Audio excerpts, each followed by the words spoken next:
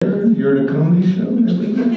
Is everyone really medicated like me? Or? Comedy hat show. Yeah, okay.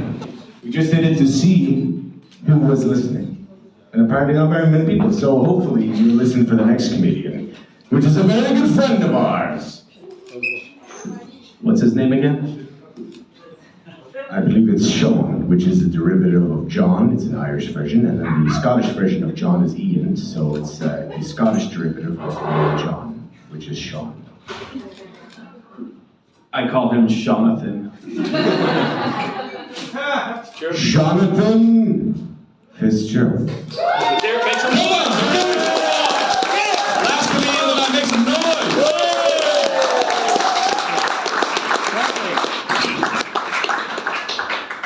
Thank you very much. He does actually call me Jonathan, and it's really nice. I actually find it kind of cute. I didn't tell him, but no, I did. It's a nice nickname. It's better than what I had in school. Hey, dickhead. So yeah, my name's Sean FitzGerald. I'm from Ireland. I'd like to thank you all for joining me here tonight. We don't have a name for it yet, but for now we'll just call it Ireland's second greatest holiday. It'll be a big national party very soon. It had to be said. And, so yeah, I got married last Thursday. Thank you very much. Thank you. There's no punchline, it's just nice to open with an easy round of applause. That's pretty cool. And for those that know me, it's a little bit surprising.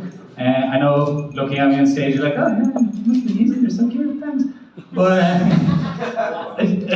true, I know. But I did actually have a bit of an ugly duckly story upbringing. I was quite an unattractive child, and my parents left me by a lake to try to put me on somebody else.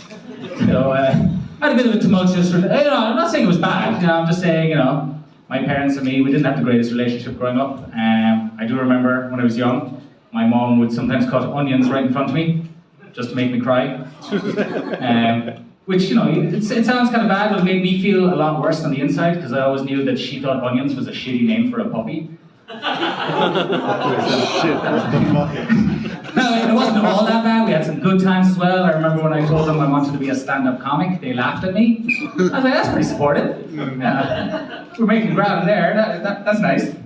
Didn't take a quick sip, obviously. But yeah, growing up, I wasn't the most successful with women. I like to tell people it was for religious reasons. That wasn't the punchline, but I fucking love the yeah. But yeah, so the reason I say it was for religious reasons was whenever I approached a woman, the reaction would always be the same. Just like, oh Jesus God, no. But leading on, it has led to some good things. I had a son recently. Thank you very much. I say recently, he is 7. But if I say that, I have a 7-year-old, nobody gives me applause. Which is kind of weird if you think about it. Making a baby and raising a baby are two very different things. Raising a baby takes a lot of time, hard work, patience, money. But making a baby, 2 vodkas, Red Bull, you're good to go. So, that's easy. And what I also found, looking online for help, is there's a lot of videos on how to make a baby. Not a lot of videos on how to raise it. You very rarely see MILF help stepson fill out GED forms. So, no.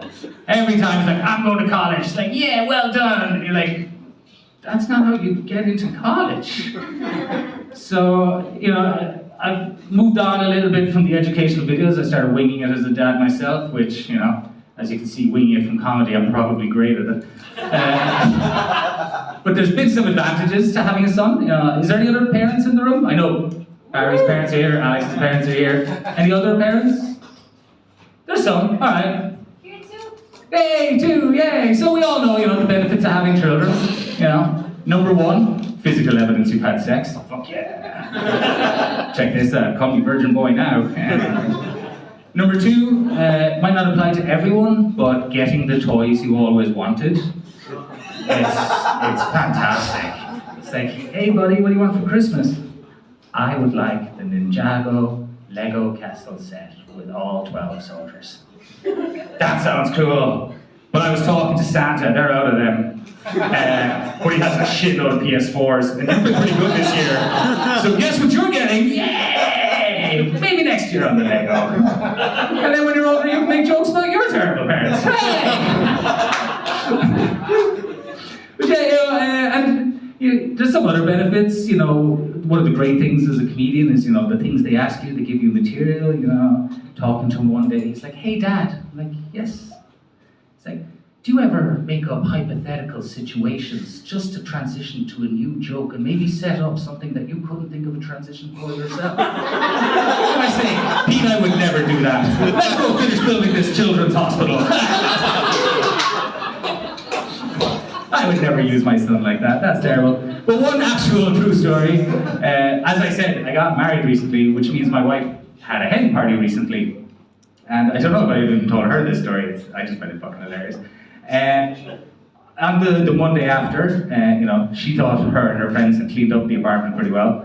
I'm sitting, watching TV, and Peter comes up to me, holding this little pink thing. He's like, "Dad, what's this?" And I look at it, and I'm like, "That appears to be a penis in the shape of a straw." And he's like, "Oh yeah." He's like, "And why do we have this?" I'm like, "Oh, well, Alexis had a party at the weekend, and her friends had penis straws, because it's funny." And he's like, "Why is a penis straw funny?" Because he's only 7. I didn't like that. He's 8. Continuity in the story requires that he is 7. Guess who my wife is? So he says, "But Dad, why is that funny?" And I'm like, "Okay, Dad moment. He's 7, we can't go into the sex talk just yet." So I'm like, "Okay, well, Pete, it's a penis, and it's funny because you're sucking on it, and yay." And he's like, "Well, Dad, is it funny to suck on penises?" I'm like, "Ooh, I don't know the type of man he's going to grow into, and I certainly don't want to put him off that." So I'm like, "Okay, no, that's definitely not it. That's definitely not it." And he's like, "Oh, okay, well, why is it?" And I'm like, because, penises are funny." And he's like, "Oh, why are penises are funny? Should I not show people my penis?" I'm like, "Oh, this is going down the wrong track. Not where I want to go with this conversation. Did I mention we're getting a PS4 for Christmas?" He's like, "No, but he's just," and then he's like, I'm like, "Oh." And he's like, "Is it because it's tiny?" And we're like, "Oh." But at the same time, I don't want to give him a complex. Like, what if he grows up with a tiny penis and then he's like, "My dad said tiny penises are funny," and then he's growing up. And then I thought, wait a minute, that's my son, that's not an issue. Yeah, it's funny tiny penises. Yeah, self-brag. That's also definitely not true.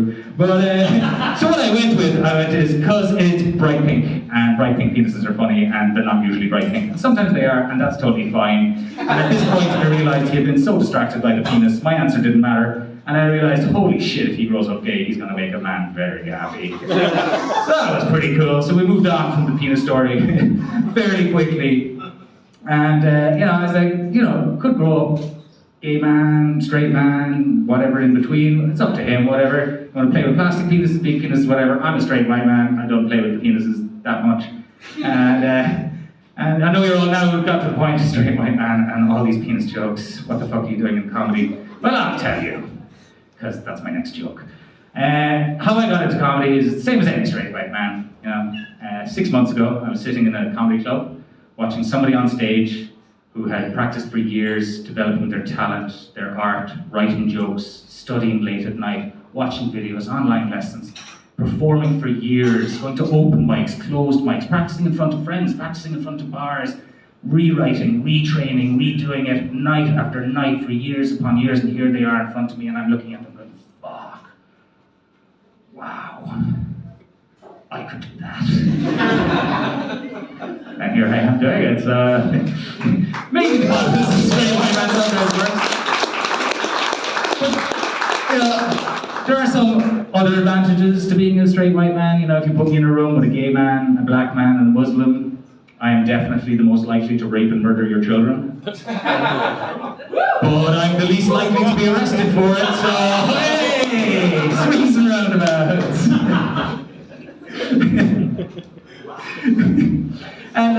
just to wrap up, because I am approaching my time now. Straight white men have been in charge of the earth for quite some time, and I think we could agree that was a bad idea. We fucked it up, so I think it's about time we passed it over, we hand it off, we let someone else take over. You know, give it to a different group, whatever nationality, whatever ethnicity you think deserves the next shot. I certainly shouldn't be the one to make that call. And you know, we let them take over, and as the world goes to hell in a hamper, we can do the best straight man tradition of all time. Just turn around and go, see, the immigrants fucking ruined it. Apologies, I know I'm getting bored or like getting there. So I'm just going to close it up by telling you about my wife, because that was the nice happy topic. My wife is actually from America. That was a force, but we'll take it. And me being from Ireland, it has led to us picking up some of each other's habits. You know, she now says things like, you know, oh, we're going pinting, we're going out for the lads with the crack. Which is dangerous to say in America, but in Ireland, crack means fun, so that translation would be rough. Or, you know, I get home on a Saturday night, she's like, stay away from me, Lucky Charms. And at the same time, I picked up the Americanisms. Like, I now say herb, or oregano, or aluminum, or if he didn't want to be shot, he should comply with the opposite. Thank you very much, guys. Have a good night.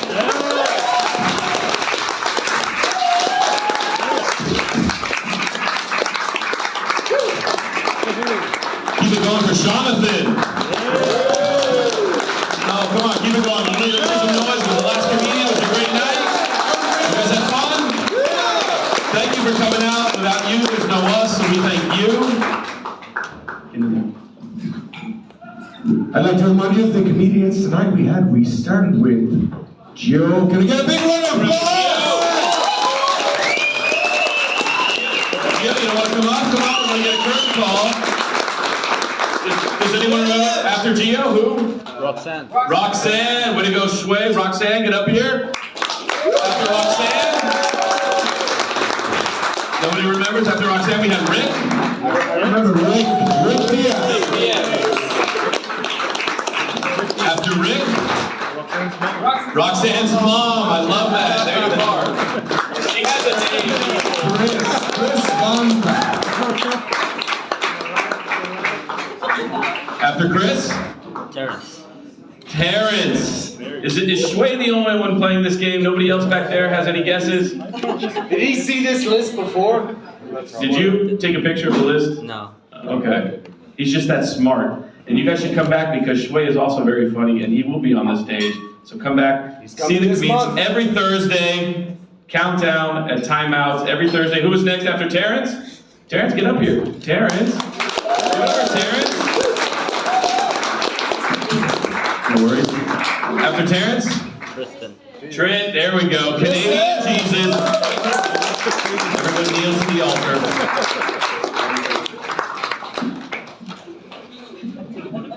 I say go in the center because it's reverb.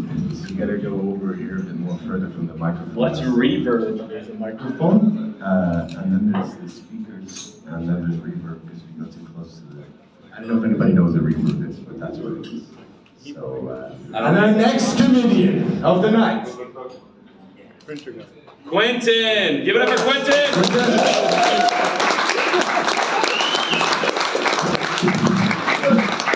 And the last comedian? Jonathan! And if you remember, I told you, one of the comedians, we only gave them about 10 minutes to prepare. I don't want you to guess, I'm just going to tell you who it was. No? Yes? Yes. For one, like 10 seconds. Who do you think? Who do you think? Anyone? Barry! It was Barry. Rick Diaz. Give it up for Rick. He had 10 minutes to prepare. All right, give it up for all the comedians. Don't forget, there's a hat. A very fragile hat because we didn't buy quality. We went for quantity. We bought 100 of them because people steal these hats. It's ridiculous. So if you see someone wearing that hat with no money in it, if there's money in it, bring it back here. If there's no money in it, keep the hat. We don't give a shit. We got another one. But, oh my God, Cornel. Give it up for Cornel. taking pictures of you guys too. So if you guys are looking online, you guys you can follow us. Because if you're not following us, we're following you. I'm just saying. You can follow us on Instagram, Twitter. You can't follow us. You can't follow us. You can't follow. Fuck Twitter. I was like, fuck Twitter. Fuck Elon Musk was like, fuck Twitter. And then we were like, we got. No, it's Instagram. Hold on. Let me ask the person in charge here. The POC. The kingpin. Facebook. I love it. Follow us on Facebook. Don't just follow us, because now you can follow on Facebook and you can like it. Like it.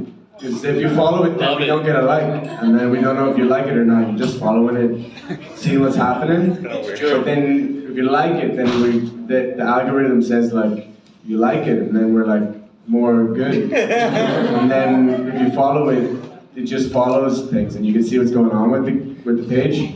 Because I see that people are doing that. I think they get it. Have a good night. Thank you very much. See you next Thursday.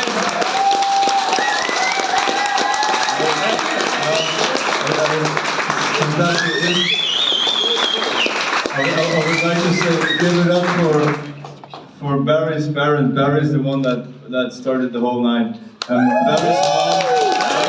Give it up for them.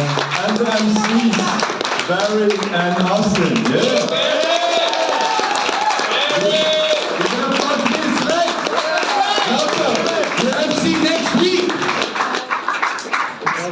Go home! Yeah!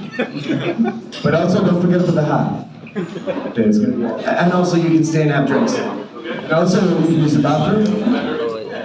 That's going to be a bad idea. And also